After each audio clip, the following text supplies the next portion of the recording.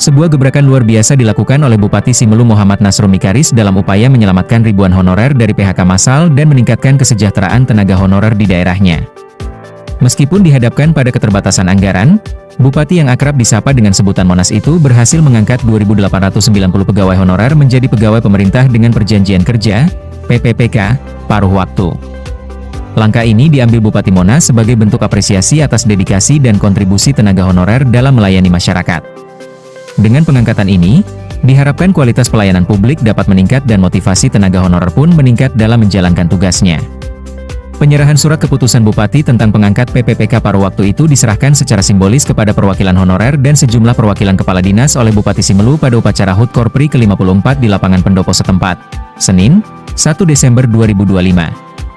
Kepada media Teras Aceh, Bupati Monas mengatakan bahwa pengangkatan ini merupakan langkah strategis untuk meningkatkan kesejahteraan dan status tenaga honorer dari 3.059 honorer yang diusulkan ke BKN Pusat sebanyak 2.890 yang sudah turun praktek dan langsung kita SK-kan, sedangkan sisanya masih tahap verifikasi.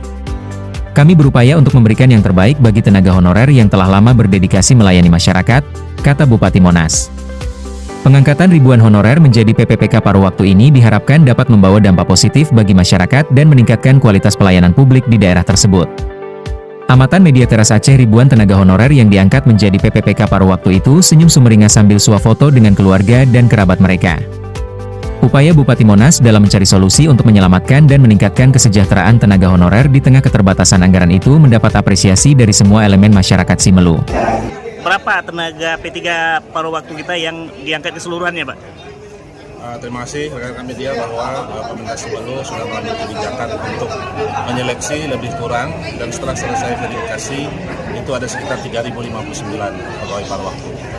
Dan kemudian di dalam penyerahan SK sesuai dengan pertimbangan teknis dari BKN akan ada sisa lebih kurang 169 ASN paruh waktu yang harus menyelesaikan verifikasi. Jadi lebih kurang sekitar 2.800-an yang sudah akan menerima SK dan diserahkan secara simbolis pada hari ini. Pesan khusus kepada P3K paruh waktu ini? Tadi saya sudah menyampaikan arahan bahwa para pekerja paruh waktu itu adalah pegawai negara. Oleh karena itu, hari ini semangatnya Hari Ulang Tahun Korpri dan sudah disampaikan di dalam amanatnya Ketua Korpri Pusat bahwa pengabdian terbaik bagi warga masyarakat untuk bangsa dan negara adalah menjadi kekuatan yang penuh untuk menjadikan seorang tenaga pegawai paruh waktu bersungguh-sungguh melayani masyarakat. Tentu harus dengan disiplin, dengan kejujuran.